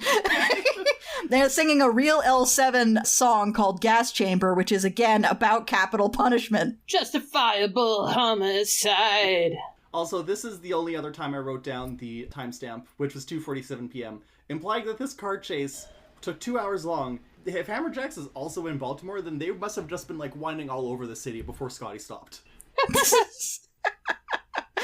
Oh, God. I think the timestamps are contributing to the bit more than anything. Yeah, at this point. But yeah, Scotty gets in and has to pay the cover charge to get in. And I still think he's not supposed to go in because he's underage. But Beverly tries to get in, and then everyone's like, "Hey!" Everyone goes, "Oh, it's Serial Mom! Yeah, you could come in! It's Serial Mom!" You're the murder lady from TV! Come on in! Yeah, the bouncer even says, "Hey, you're Serial Mom!" And Kathleen Turner does this amazing little, like, "Oh!" reaction where she's like, "Yes, I guess I am." Like, she's delighted by this. She's delighted to be recognized as Serial Mom. So they, of course, let her in because she's a celebrity now. You gotta let the celebrity into your club. Scotty gets crowd surfed around for a bit as Beverly chases after him through the crowd. Meanwhile, the family has arrived at Hammerjacks. Yeah, Eugene also gets crowd surfed. Yeah, Eugene also gets crowd surfed a bit, which is fun. They're trying to reach Beverly. Meanwhile, Beverly manages to chase Scotty down backstage. Yeah, and she promptly cuts some lights on him and then gets him set on fire.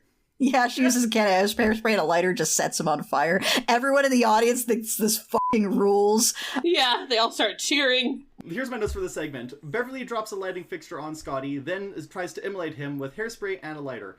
I'm not gonna say that that's not painful, but with a coat that thick that he's wearing, he should be able to just take it off and get away. Oh, the lead singer just spat a bottle of vodka on him while I'm writing this. He's definitely dead now.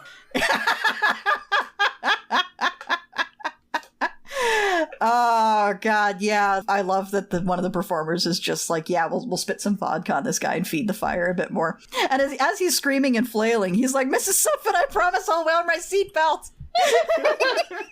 I'm glad you finally realized what is causing your death, Scott. Yes.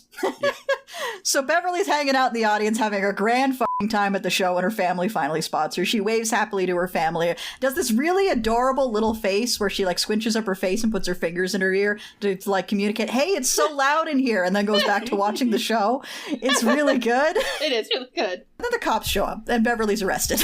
Yeah. She's possibly the most arrested anyone has ever been. Yeah, the crowd boos, and then they do start chanting Serial Mom. Loudly. Yeah. I'd like to point out at this point that the title Serial Mom doesn't imply that she's a serial killer who's a mom. It implies that she's a woman who has repeatedly been a mother. Which is true. Which isn't untrue, although repeatedly in this case is 2 times. Yeah. It's 5 months later, and it's time for Beverly's trial. She's leading a song on the prison bus. She's doing a prison bus sing-along. Meanwhile, her family is arriving at the courtroom to a media circus and saying that, like, no, she takes this very seriously. There's no truth to these allegations. Meanwhile, Chip is on the phone with, like, an agent. Literally everyone in Hollywood from the sounds of it. They have an agent. Yeah, he's like the publicist. Yeah, Chip's the publicist for this. He's making phone calls to people who want to make a Serial Mom TV show. Bertie has been horribly traumatized and just keeps handing out flyers that say stop the violence. I love the little bit where like the court reporters are hanging out chatting to each other because they go to every single one of these serial killer cases. Yeah. And also Howell and Misty are still together. Howell and Misty are still seeing each other. They are, in fact, selling stuff outside the courtroom later. So Beverly gets there. She's delighted to see her family. She starts waving to the jury and saying hi and chatting and saying hi to Gus and Sloppy in the audience. And then the judge yells at her because he's like, this is a murder trial, not a coffee klatch. Working on those dose, Mr. Judge. The opening arguments... The prosecutor says Beverly killed 6 people, and then you see Beverly, like, counting off on her fingers as if trying to figure out if he's right, until her defense attorney just, like, pushes her hands down and nods at her and is like, yes, you killed 6 people. Yeah. Also, the prosecutor's name is Timothy Naselrod, which is just an inherently funny name. It's just a funny name. At the end of his opening argument, he says, she is not a woman, she is a monster. Let's take that pin that we put in No Woman Would. The third gender. The third gender, and that's the idea of, like, basically denying womanhood to someone based on their deviant behavior has a lot of applications to this day. Yeah. It's also, like, it's a thing I've heard a lot where people are like, no, you can't call this person a man, he's a monster. When it's like, no, the humans kind of do a lot of the worst shit in the world. Yeah. And also, like... Arguably, Beverly did all those murders because she was doing womanhood so hard. Yeah. Yeah. She was doing womanhood the hardest anyone ever did, and that's why she killed 6 people. She was having a Category 5 woman moment. Yeah. She did gender so hard that she killed 6 people. And honestly, we support that here on I Will Fight You. To be fair, like, after... We support women's wrongs. After the prosecutor says she killed 6 people, it cuts to Chip muttering, well, they kind of deserved it. Yeah. And Eugene turns to him and shushes him. And then he has to do a double take because he catches Howell with his arm around Misty, and Howell, like, has to quickly pull it off. We also get a look at the jury in this one because Beverly is still, like, looking over at the jury and trying to silently communicating with them throughout this entire thing. She manages to let one of the jurors know that he has a booger hanging out of his nose and helps him, like, you know, clean it away. And then she looks over at one of the jurors who's wearing white shoes after Labor Day. Yes. Incidentally, this actress with the white shoes, this is Patricia Hearst, who is a media heiress and noted kidnapping victim and or domestic terrorist, depending on who you ask. Yeah, she was kidnapped by a bunch of folks and then joined them in committing terrorist acts. She later claimed to have been brainwashed. It was a whole thing. She was sentenced to a long prison term that was then commuted by, like, I think Jimmy Carter. Yeah. It was a whole thing, but she and John Waters apparently became friends after everything. And he put her in a bunch of his movies. Yeah, she's been in multiple of his films. But she's wearing white shoes after Labor Day, and Beverly writes this down on a folder while her lawyer is doing his opening argument and points this out. And he just kind of ignores her and continues to argue that she is not guilty by virtue of being legally insane. Which upsets Bev, and she goes, Your Honor, I would like to represent myself. Yeah, she fires her lawyer. Yeah. A surprising number of killers have tried to represent themselves in court. And as the judge says, a person representing themselves has a fool for a client. Most of the time, Bev does great. Yeah. Yeah, Bev actually does a really good job with this trial. Now for time for the trial, and first up is Dottie Hinkle. Her testimony does not go well. No, not at all. It seems to be going well and seems to be swaying the jury until Bev starts talking to her. Bev first asks Dottie if she is a drunk, and Dottie's like, no, I don't drink. And so then Beverly just like, but were you drinking whenever you got any of these phone calls? Oh, yeah, no, no, never. But does eventually get her to admit that she had a beer the day where she alleged that Beverly had in person mentioned the Pussy Willows, and then gets her to admit that sometimes she'll have a beer with lunch, and then Beverly's like, oh, so then you will admit that you just lied when you said that you don't drink. Which upsets Dottie. Oh, no, I didn't, you bitch. And then Bev lifts her hand, and the judge is like, watch your language. And then so Bev lifts her hand and mouths cocksucker. Yeah, I think she mouths fuck you at her. Oh, fuck you. Which causes Dottie to become enraged and start shouting fuck you back. Yeah. And they start just exchanging profanities. She just called me cocksucker. They exchange profanities for a bit. Dottie's screaming them all. Dottie's is the one who's saying all the profanities. Beverly is just like, she even says, let the record show I am simply standing here. Yeah. Ma'am, this is a Wendy's. Dottie is warned not to swear anymore. And then Beverly just says, Mrs. Hinkle, are you insane? And that's the last straw for Dottie. And she's just dragged from the courtroom screaming profanities. Yeah, she is found guilty in contempt of court and sentenced to a $1,000 fine and 5 days in prison. And the prosecutor realizes that he has just lost a lot of the jury. Which is kind of terrible whenever you're a lawyer. Yeah, not a good thing. So meanwhile, Misty is outside with Howell selling t-shirts and books of Serial Mom, advertising, she's a serial killer and she's my mom.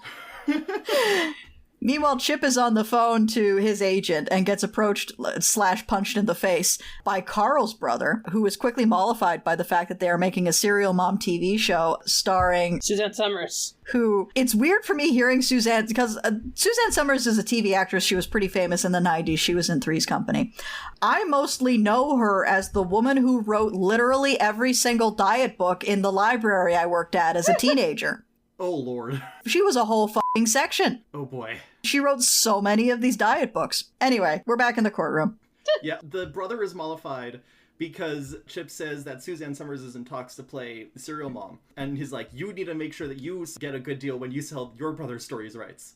And the brother's like, oh, yeah, maybe he'll be played by Jason Priestley. And then he runs off. Oh, God. It's a silly movie. So, yeah, we're back in the courtroom. We get testimony from Luann, the school stoner, who managed to see Beverly's car run over the teacher. Beverly doesn't need to do anything in this scene because Luann is high as a kite. Yeah.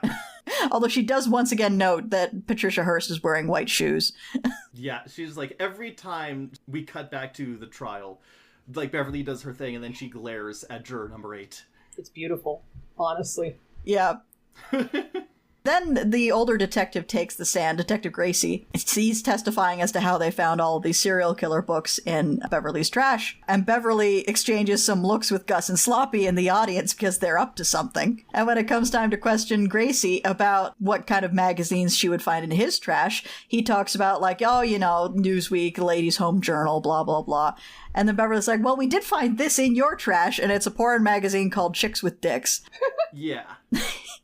Which, to a 90s audience, that is just a cheap laugh because haha, trans women. But it's important to keep in mind that John Waters is gay, was very involved in Baltimore counterculture, and knows multiple trans women personally. Yeah. So, like... It did still feel weird to me. Like, I thought this was setting up a recycling gag. I thought, like, the gotcha was going to be pointing out that you couldn't have found the books in Beverly's trash, because if she was throwing out books, she would have recycled them. Yeah. No, we get to the recycling thing later, but... Yeah. Yeah, we get the recycling bit soon. With Rosemary. But yeah. Yeah, though speaking of books, when we cut outside next, Howell is signing the books, and one of them is the lady saying, can you sign it to a future serial mom? Yeah, another woman is like plotting to kill several people as well. And it's like, oh, we support women's wrongs on this show. We're fine with this. So then we get Rosemary taking the stand. She proceeds to talk about how, like, you know, she found the poker. It was covered in gore. She makes a point of saying gore a whole bunch. And then Beverly takes the stand and proceeds to finger Rosemary for all of it because she points out that the magazines were in Rosemary's trash, that Beverly recycles, and that it was Rosemary's poker, and that Carl had bought a thing that Rosemary wanted. Basically implies very strongly that Rosemary's the killer, and that in fact it was Rosemary's scissors that were used to kill the Sterners, Chekhov's scissors. Yep. And then the most damning thing of all, Rosemary asks Rosemary whether she recycles. And there's silence for a moment as Rosemary clearly sweats on the stand, and then says, "There's not enough room in my kitchen! I can't sort!" And everybody gasps. Oh, it's horrible. Everyone in the room is appalled that Rosemary doesn't recycle. Never mind that they're here on a murder trial. You know, they can accept the murder, but they draw the line at not recycling. They draw the line at not recycling. So then we get Detective Pike on the stand, and he's about to testify, except for the fact that that's the moment Suzanne Summers walks in and everyone is immediately distracted. Yep. Yeah. Including Pike. This also happens during when they are trying to show pictures of Scotty's corpse to the jury. So it's like very fitting that the only murder that you can't argue was to help defend the honor of Beverly's family is the one where Beverly doesn't actually have to do anything to defend it. Yep, no, because Suzanne Summers is here. Nobody's paying attention. I loved you in Three's Company. Yeah. Yeah, the judge says that. He's distracted. Yeah, even the judge, even the colonel. And now it's time for Marvin Pickles the pervert. We cut to Marvin Pickles the pervert in the bathroom writing "I sniff jury's underpants" in the stall, and they're calling on him. It's like, "Pickles, it's time." And he's like, "Just a minute. No, come out now." And he's like, "Oh, man." But I'm sitting here like, you wrote a full sentence. Like, what else were you going to be writing in there? I think you finished it. You're good. You finished the graffiti. Also, I love that Marvin Pickles is so committed to the bit of being a pervert that he's like, I'm in the courtroom at a trial where I'm testifying, but I gotta write something dirty on the stall wall in the bathroom. Like, the only thing I can think of that he still wanted to do there was maybe he was going to try and drill a new glory hole himself. Yeah, it's a bit high. People can be tall. That's the Idris Elba glory hole. I've been watching The Wire, and there's a scene where he's kissing a woman who's like 5'0" and he's bent over in half to kiss her. Oh boy. So yeah, Marvin Pickles takes the stand and immediately gets distracted when he sees that Beverly is wearing a skirt that shows her knees, and Beverly notices this and immediately takes advantage. Yeah. Yeah. My note here is that she's basic instincting herself, but it's not even that. Yeah, he can't even really see upper skirt. He's just getting tantalizing glimpses of upper skirt. Mm-hmm. And she's like waving her legs too, because if he likes sniffing Drury's underpants, he might like the smell, I guess. Yeah, she's like opening and closing her knees a whole bunch, sliding down in the seat. Marvin Pickles is immediately distracted from his testimony by this and is stuttering out words about just like, I didn't see anything, I just said what you told me to. My note here says Marvin Pickles the pervert takes the stand and is seduced by Kathleen Turner brackets mood. Whomst among us. Whomst amongst us. Whomst among us. So Marvin Pickles says, I just said what you told me to. That is apparently enough to get him kicked off the stand. The prosecutor actually says, you'll pay for this, Marvin Pickles. So there's that piece of testimony just gone.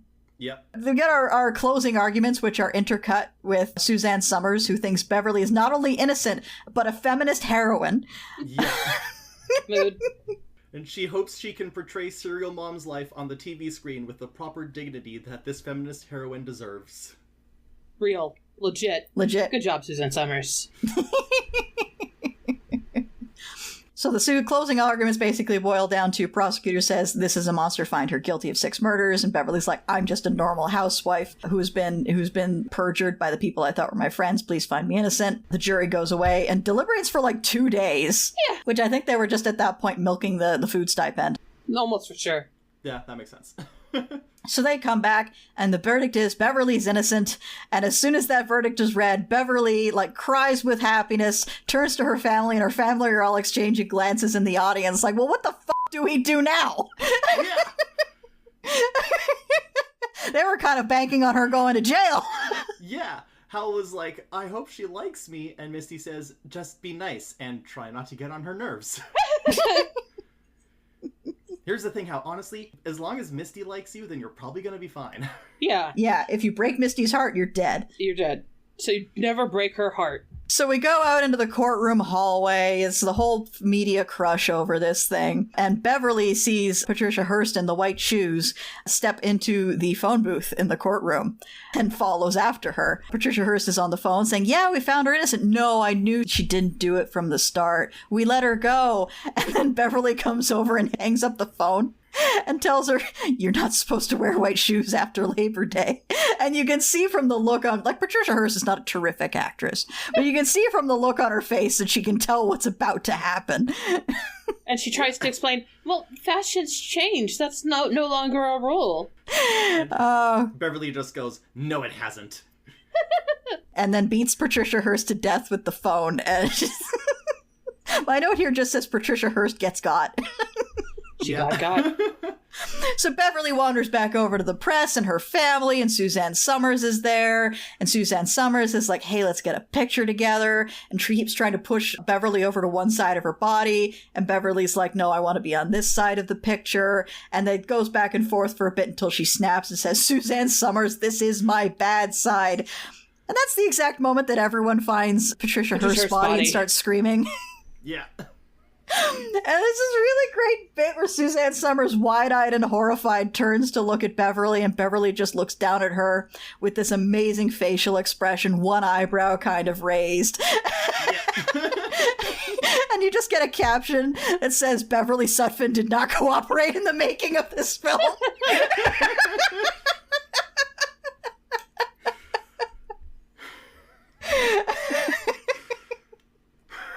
And now it's the credits. Yep. And that's the credits. That's Serial Mom. That was Serial Mom. I love this movie so much. Like, it's a silly, gross exploitation movie, but it does actually have quite a few things to say, and it says them well. Mm-hmm. And not only that, the perverse elements of it come from, like, an insider perspective. This is a perverse movie made by a pervert, and you can feel that about it, and it's, like, very loving and very, like, it's almost embracing of it. Whereas the best Emerald Fennell can do is, what if poor people were gross perverts? It's just, it doesn't land. It just doesn't land. Those poor people, man. You gotta watch out for them. John Waters basically spent his entire life surrounded by weirdos who he loves. Emerald Fennell spent her entire life surrounded by rich people with carefully curated idiosyncrasies, and I think that's the main difference. Oh, she wants so bad to be friends with the weirdos. She wants to be getting off the bus, and the bus driver says, careful of weirdos, and she wants to turn around and say, we are the weirdos, mister. And like, well, you are, but like, in the weird British upper class, you know, throw a dart and there's a good chance you might be a little inbred kind of way. Yeah. I mean, your family tree's basically a line, but that doesn't make you interesting. No. So yeah, Serial Mom. Serial Mom. Serial Mom. The only Serial Mom I know is Rice Krispies. God, I love when Kathleen Turner plays evil women. Just love it. I love it so much. Shall we give our final facts? Tanner, what's your final fact? My final fact is that if this movie is remade in a few years, juror number 8 will be played by Luigi Mangione. Oh my god!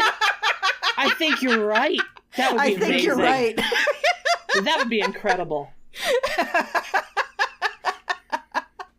That would be a dream. Okay, Mackenzie, what's your final fact? The thing about liking true crime is you gotta acknowledge that you are kind of buying into the whole ordeal of making terrible people have some fame. And you gotta acknowledge it. And the thing is, John Waters isn't necessarily saying it's really a bad thing to do, because the people who do, like, the gore and stuff aren't bad people. He's like literally pointing that out. And I think it's important for you to remember that you are not a bad person for liking it, enjoying it. Just kind of know your audience. Some people aren't going to be super into knowing things about it.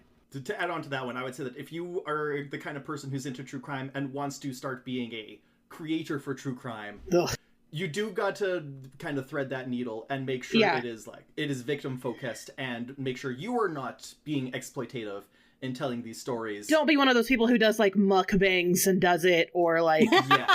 or like there's like this one lady who I just saw like a single video of, but she does her makeup and then she was like glorifying kind of what was going on and elaborating on all the gory bits, and it's like, that's no. Kit, what's your final fact? It's good to have good taste. It's great to have bad taste. It is unforgivable to have no taste. Yes. I like it. Life-affirming movies can be such a drag. Get more out of life. See a fucked up movie. Yeah. And with that, let's see if I can do Annie's outro. Annie can't even do her outro, so I don't think I can. Yeah, we've never written this down. We just kind of have to wing it. Let's see. Thank you for joining us today on I Will Fight You. You can find out more about us at crookedrussiancam.horse or .gay and the Old Gay Horse. We come out every 5 weeks. Tanner, tell us about yourself. Hi, I'm Tanner. My pronouns are they, them. I can be found on... Where can I be found? I can be found on Blue Sky at Sparky Upstart. .bisky.social. I can also be found on Letterboxd under Sparky Upstart. I also have some podcasts. I co-host the show Not a Fire But You First with my friend Lindsay, where we take something that we feel needs a fresh coat of paint or remake or just didn't quite live up to its potential, and we'll remake it as a film or a show or a video game, much to Lindsay's chagrin because she's not a gamer. All of the I Will Fight Yous have been on it. Yes. And multiple times for Annie. Has Annie? Kid for sure. Annie, I think maybe twice. Mac, so far just once. But hey, everyone's just invited on. Yeah. I also have another show that Kit and Annie have both been on with a friend of the show, Christina. Me and Christina have a podcast called Loser Like Me. It's where we watch and review every episode of Glee. You know, an alternate fun fact could be that Ryan Murphy is also wishes he could be John Waters. Also, this is not Binary Break, but Binary Break is a actual play podcast set in the world of Digimon, and I am on it, and Annie is also on it, and me and Annie are on it together, and Annie plays characters, and I also play characters, but most importantly, Annie plays a human, and I play her little penguin friend. Beautiful. I believe Annie also plays a skateboarding tiger? Annie plays a serial mascot cat with a tiger, and also kleptomaniac plushy Russian possum. Excellent. Perfect. Honestly, Annie's 2 for 2 on character finds of the decade. Yeah, the show is edited by Lucas Brown. Of The Math of You. Hi, Lucas. Hi, Lucas. We also have other shows. Thank you for joining us. Patreon. We have a Patreon. We have a Patreon. You can find it at the Jim Jam, or I think. Yeah. Yeah, patreon.com/thegem. Patreon, we didn't want to fuck up the SEO, so it's still that from when we were doing a Gem and the Holograms podcast. Which we might still do because there's a new comic coming out eventually. Yeah, we might go back to doing the Gem Jam. We might revive it after God knows how many years. Via the Patreon, you can access their Discord. Yes, that. We have a Discord. Yeah, we have a Discord. It's mostly just people talking about random shit. Also, our next episode is going to be a Wolfpack episode. I don't know what they're doing. But, yeah, wait for the Wolfpack. Oh, yeah. Awoo. It'll be fun. We're going from ooey to awoo. And we're going to have 2 episodes back to back where the Yanks are outnumbered. Also, I have a book out in paperback and ebook. It is called The Case File of Jay Moriarty. It is a modern day version of the Sherlock Holmes villain and his criminal partner / boyfriend, Sebastian Moran. It is fun. You should check it out. Is the paperback just one of the series, or is it like a compilation of the series? It's the first 5 of the mini ebooks that I release on a regular basis. So that's 85,000 words, plus 3 of the interstitial stories off of the website. I'm going to try to learn how to read on this vacation, so maybe I'll get that next. Neat. The one on Amazon, the paperback, is fine. The one from Drive Thru Fiction is nicer, but it takes longer to get here because it's print. Like, the one that I got from Amazon is printed over in, like, Atchison, Alberta, just down the road.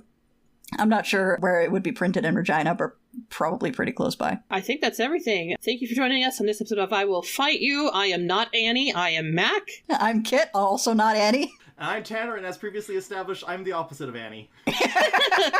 And we have fought you.